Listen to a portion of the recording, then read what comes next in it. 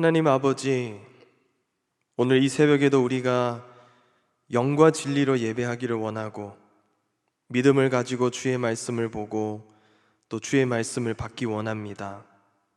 세상 속의 그릇된 소식들과 우리의 영혼을 괴롭히는 그 난잡한 지식들로부터 벗어나 주님과의 조용한 시간 속에서 평안을 얻고 또 기쁨을 발견하기를 원합니다. 우리에게 주시는 말씀 속에서 주님을 보고 또 놀라운 것을 발견하는 이 시간 되게 인도하여 주옵소서. 예수님의 이름으로 기도드립니다. 아멘. 찬송가 411장 우리 하나님께 찬양하겠습니다.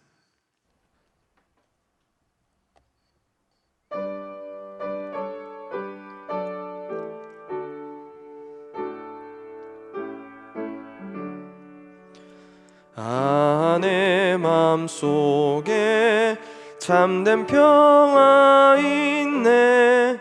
주 예수가 주신 평화. 시험 닥쳐와도 흔들리지 않아. 아귀하다 이 평안아. 주가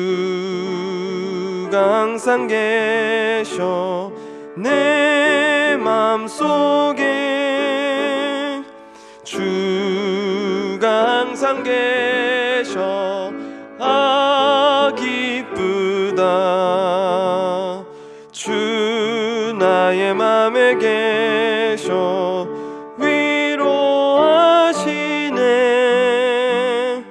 어찌 내가 주를 떠나 살까. 이 귀한 평화 내가 받고 보니 내 슬픔이 사라지고 맘의 기쁨 넘쳐 주를 찬양하네. 평화의 임금 예수. 주가 항상 계셔 내 맘속에. 주가 항상 계셔 기쁘다. 주 나의 맘에 계셔 위로하시네. 어찌 내가 주를 떠나 살까.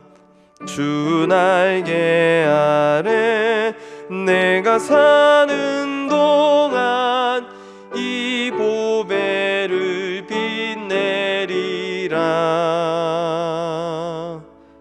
기쁜 그날이 와 주를 만나 뵐 때 그 평화 영원하리.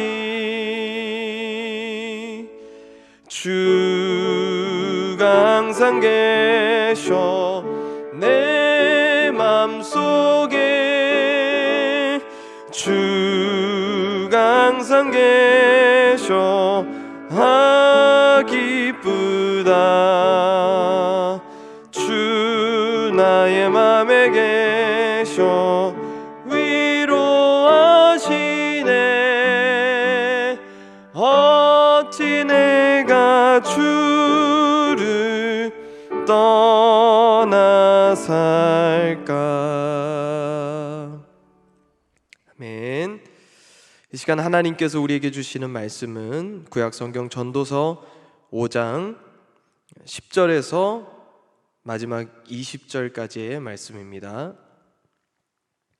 전도서 5장 10절에서 20절까지의 말씀 953페이지에 있고요. 생명의 삶 100쪽과 101쪽에 있습니다. 제가 하나님의 말씀을 봉독하겠습니다. 은을 사랑하는 자는 은으로 만족하지 못하고 풍요를 사랑하는 자는 소득으로 만족하지 아니하나니 이것도 헛되도다. 재산이 많아지면 먹는 자들도 많아지나니 그 소유주들은 눈으로 보는 것 외에 무엇이 유익하랴. 노동자는 먹는 것이 많든지 적든지 잠을 달게 자거니와 부자는 그 부유함 때문에 자지 못하느니라. 내가 해 아래에서 큰 패단되는 일이 있는 것을 보았나니 곧 소유주가 재물을 자기에게 해가 되도록 소유하는 것이라. 그 재물이 재난을 당할 때 없어지나니 비록 아들은 낳았으나 그 손에 아무것도 없느니라. 그가 모태에서 벌거벗고 나왔은즉 그가 나온 대로 돌아가고 수고하여 얻은 것을 아무것도 자기 손에 가지고 가지 못하리니 이것도 큰 불행이라. 어떻게 왔든지 그대로 가리니 바람을 잡는 수고가 그에게 무엇이 유익하랴. 일평생을 어두운 데에서 먹으며 많은 근심과 질병과 분노가 그에게 있느니라. 사람이 하나님께서 그에게 주신 바 그 일평생에 먹고 마시며 해 아래에서 하는 모든 수고 중에서 낙을 보는 것이 선하고 아름다움을 내가 보았나니 그것이 그의 몫이로다. 또한 어떤 사람에게든지 하나님이 재물과 부요를 그에게 주사 능히 누리게 하시며 제 몫을 받아 수고함으로 즐거워하게 하신 것은 하나님의 선물이라. 그는 자기의 생명의 날을 깊이 생각하지 아니하리니 이는 하나님이 그의 마음에 기뻐하는 것으로 응답하심이니라. 이 말씀은 살아계신 하나님의 말씀입니다. 지난 2016년 여름에 있었던 일입니다. 북유럽에 있는 노르웨이라는 나라에 한 언덕이 있었는데 술록이라고 하는 그 동물이죠. 323마리가 떼죽음을 당하는 사건이 있었습니다. 이 언덕에 우연히 벼락이 내리게 되었는데 이 300마리가 넘는 술록들이 뭉쳐 있다가 그 땅으로 이렇게 들어오는 벼락에 감전이 되어 버려서 한꺼번에 다 죽어버리게 되었던 것이죠. 그래서 그 언덕에는 그 술록들의 사체들로 가득하게 되었다고 합니다. 그런데 놀라운 것은 이 노르웨이 정부의 반응이었습니다. 사체를 치우지 않기로 결정을 했다고 합니다. 우리가 볼 때는 별로 상식적인 생각은 아닌 것 같은 것이 한 마리도 아니고 300마리가 넘는 그 술록이라고 하면 굉장히 큰 동물 아닙니까? 근데 그 300마리가 넘는 큰 동물들의 사체를 그대로 놔둔다는 것은 당연히 보기에는 안 좋을 것이고요. 또 이것이 악취의 문제, 더 나아가 어떤 환경의 그 생태계의 그 오염의 문제와 직결될 수 있기 때문에 별로 좋은 결정이 아니라고 그 당시 많은 사람들이 정부의 결정에 대해서 비판을 했다고 합니다. 그런데 노르웨이 정부가 이렇게 입장을 밝혔습니다. 벼락은 자연현상이다. 그리고 그 벼락으로 인해 죽어버린 술록들도 자연현상 중에 하나이다. 그러므로 이 모든 것들은 인간이 손댈 영역이 아니다. 이렇게 정부가 입장을 밝혔습니다. 그로부터 4, 5년이 지난 최근에 그 언덕은 어떻게 되었을까요? 마지막 조사에 따르면 오히려 이 죽은 술록의 사체들이 그 근방의 생태계를 더 부흥시켰다고 이제 조사에서 얘기하고 있습니다. 술록의 사체들이 오히려 독수리나 까마귀 또 여우 같은 동물들의 먹이가 되어버렸고요. 또 이 술록의 사체들이 자연스럽게 땅에 스며들게 되면서 그 자양분을 삼아서 야생식물들이 많이 다시 생겨나게 됐다고 합니다. 결국 그 식물들이 자라면서 그 식물들을 먹이로 하는 초식 동물들에게도 좋은 결과가 나타나게 되었던 것이죠. 자연 안에서 일어나는 일은 어쩌면 지극히 자연스러운 일이고 또 당연한 것이라고 이 노르웨이 정부는 보고 판단했던 것입니다. 오늘 16절 말씀에 이런 말씀이 있습니다. 이것도 큰 불행이라 어떻게 왔든지 그대로 가리니. 어떻게 왔든지 그대로 간다. 그대로 간다. 그대로. 원래 존재하는 방식대로. 원래 가야 하는 방식대로라는 뜻입니다. 자연으로부터 왔던 이 순록들이 자연스럽게 다시 자연으로 스며드는 것은, 이것은 지극히 자연적이고 자연스러운 일이라고 오늘 전도자가 얘기하는 것입니다. 우리에게도 적용해 볼 수가 있는 것 같아요. 우리도 이 땅에 올 때 아무것도 가지지 않은 채 이 땅에 오는 것이니 아무것도 가지지 않은 채 다시 돌아가는 것이 맞는 것이다. 바로 이 인생의 진리에 대해서 전도자는 오늘 우리에게 소개하고 있는 것입니다. 성도 여러분, 우리는 살면서 그대로 두어야 할 때가 있습니다.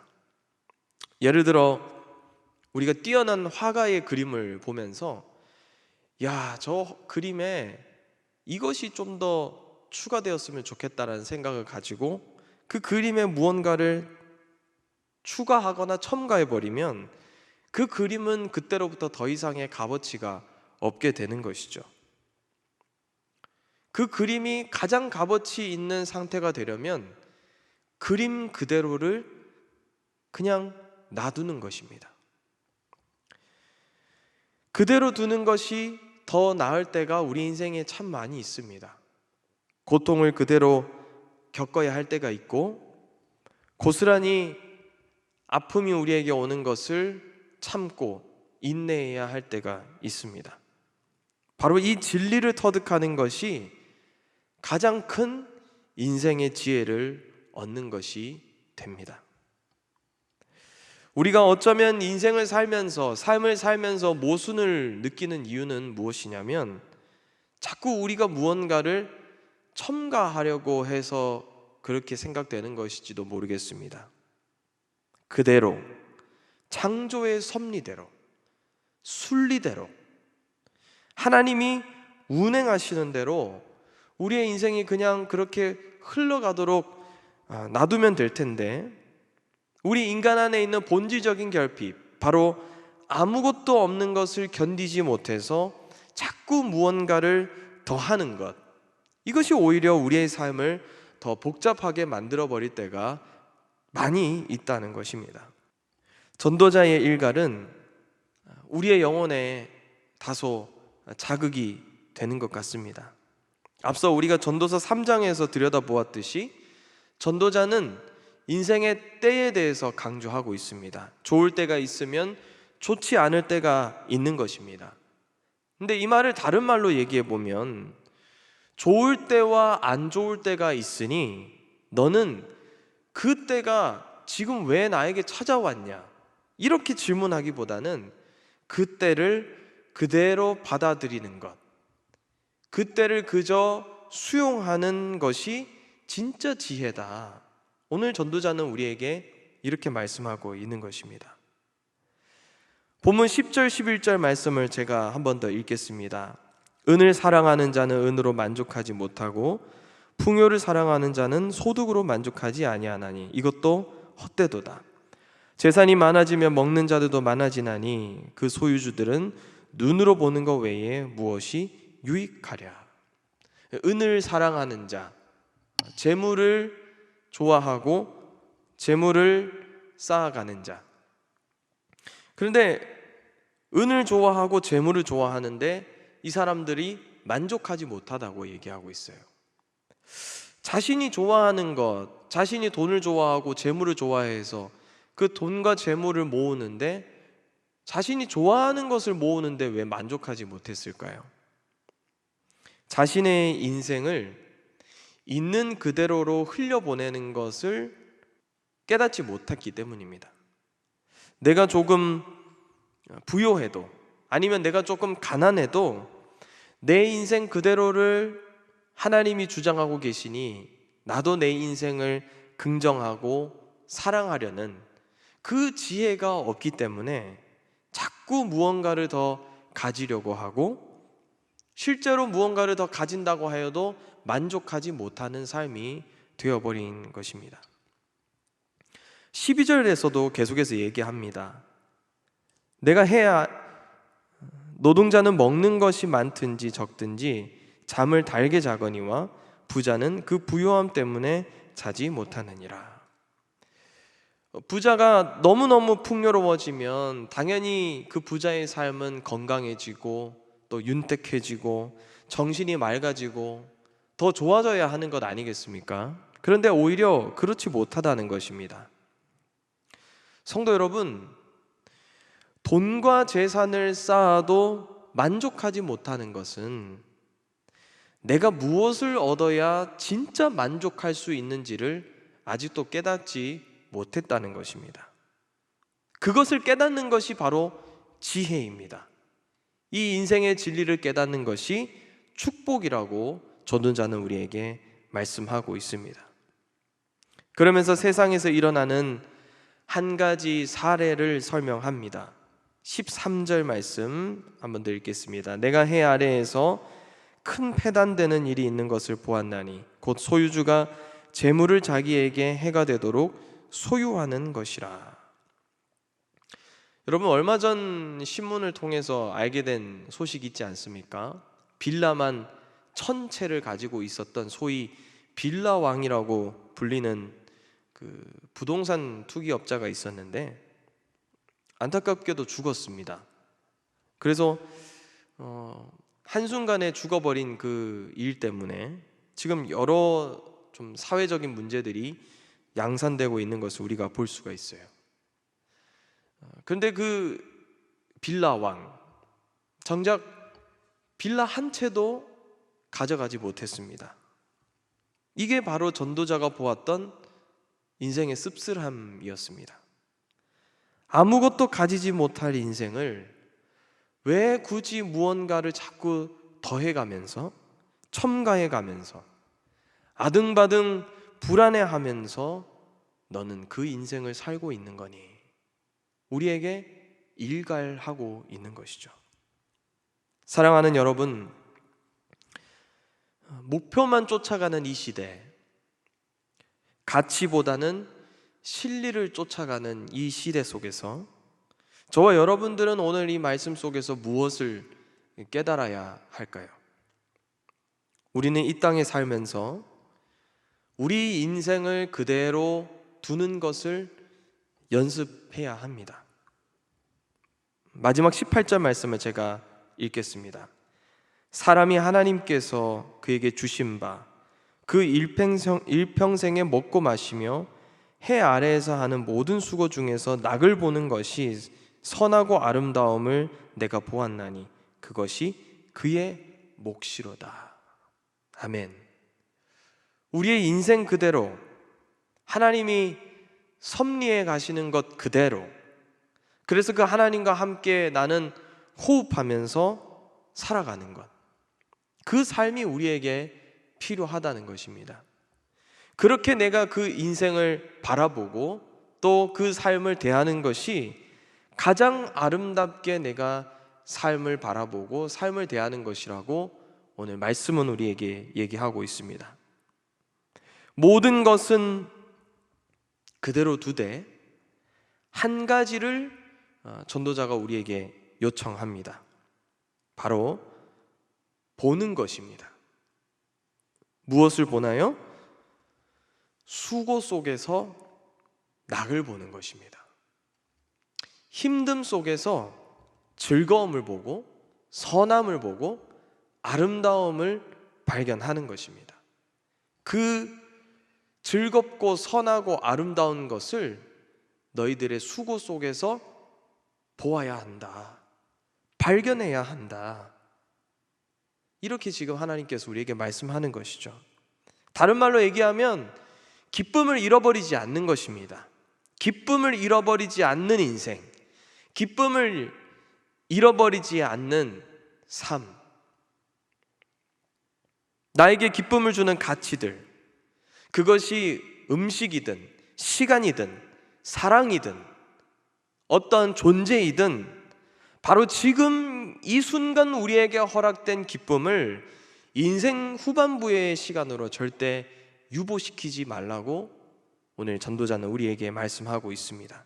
사랑하는 성도 여러분, 지금 내 인생에 허락하시는 즐거움과 아름다움을 우리가 발견하지 못한 채로는 내가 아무리 미래의 어떤 행복을 꿈꾸고 또 내가 미래에 얼마나 더 살게 될 것을 꿈꾸고 어느 정도의 재산을 모으게 될 거라는 그런 생각들은 이 생각 앞에서 다 부질없는 것들입니다. 전도자는 오늘 우리에게 말씀하고 있습니다. 인간의 가장 궁극적인 사명이 있다. 바로 존재하는 것이다. 그냥 있는 것이다. 하나님 앞에서, 하나님 안에서 그냥 있는 것이다. 그대로 있는 것이다. 욕심 부리지 않고 무언가 첨가하지 않고 더하지 않고, 아니 오히려 덜하고 덜 가지고 덜 급하게 덜 높아지게 살아가는 것, 그것이 너의 인생을 가장 의미 있게 하고 가치 있게 하는 것이다. 오늘 우리에게 이렇게 말씀하고 계십니다. 오늘 우리에게 주신 시간과 이 삶의 모든 순간들 속에서 즐거움과 선함과 아름다움을 발견할 수 있는 놀라운 은혜가 있기를 주님의 이름으로 축복드립니다. 기도하겠습니다.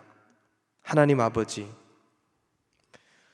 우리의 인생이, 우리의 영혼이 어떤 것으로 채워질 때 가장 만족할 수 있는지를 우리가 잘 몰라서 저희들이 어리석게 행동하고 헛된 것들, 돈과 재물을 쌓고 모으는 데만 열심을 내며 살지는 않았는지 돌아봅니다.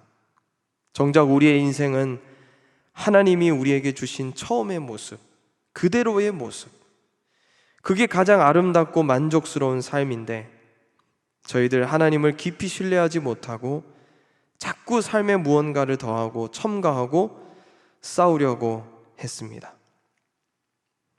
그저 주님 앞에서 존재하기를 원합니다.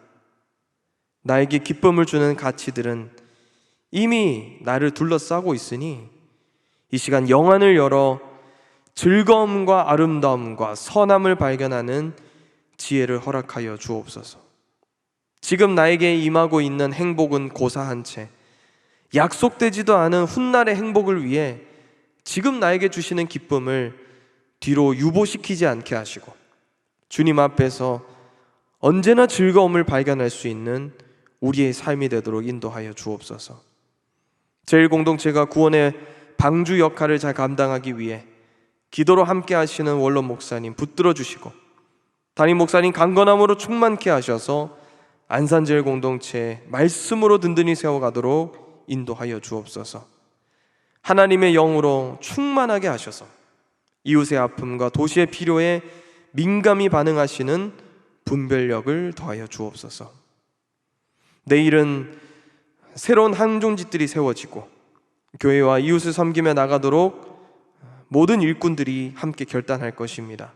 그 일꾼들 통하여 하나님 영광 받으시고 교회에는 더 아름다운 덕을 세워가는 자들로 사용하여 주옵소서. 이 고백이 넘쳐나는 이번 임직식 위에 하나님 큰 은혜로 함께하여 주옵소서. 주님께 받은 사랑 감사하여 오늘도 온라인과 현장으로 예물 드린 손길이 있습니다. 기억해 주시고 기도 제목들 위에 응답해 주시며 모든 인생들의 필요를 채우시고 공급하시는 은혜 더하여 주옵소서. 오늘 우리의 하루 모든 성도들에게 성령 충만함으로 함께 해주시고 죄를 이기고 경건과 성결함으로 주의 신부된 믿음 잘 지켜나가도록 인도하여 주시옵소서. 예수님의 이름으로 기도드립니다. 아멘. 하늘에 계신 우리 아버지, 아버지의 이름을 거룩하게 하시며 아버지의 나라가 오게 하시며 아버지의 뜻이 하늘에서와 같이 땅에서도 이루어지게 하소서. 오늘 우리에게 일용할 양식을 주시고 우리가 우리에게 잘못한 사람을 용서하여 준 것 같이 우리 죄를 용서하여 주시고 우리를 시험에 빠지지 않게 하시고 악에서 구하소서. 나라와 권능과 영광이 영원히 아버지의 것입니다. 아멘.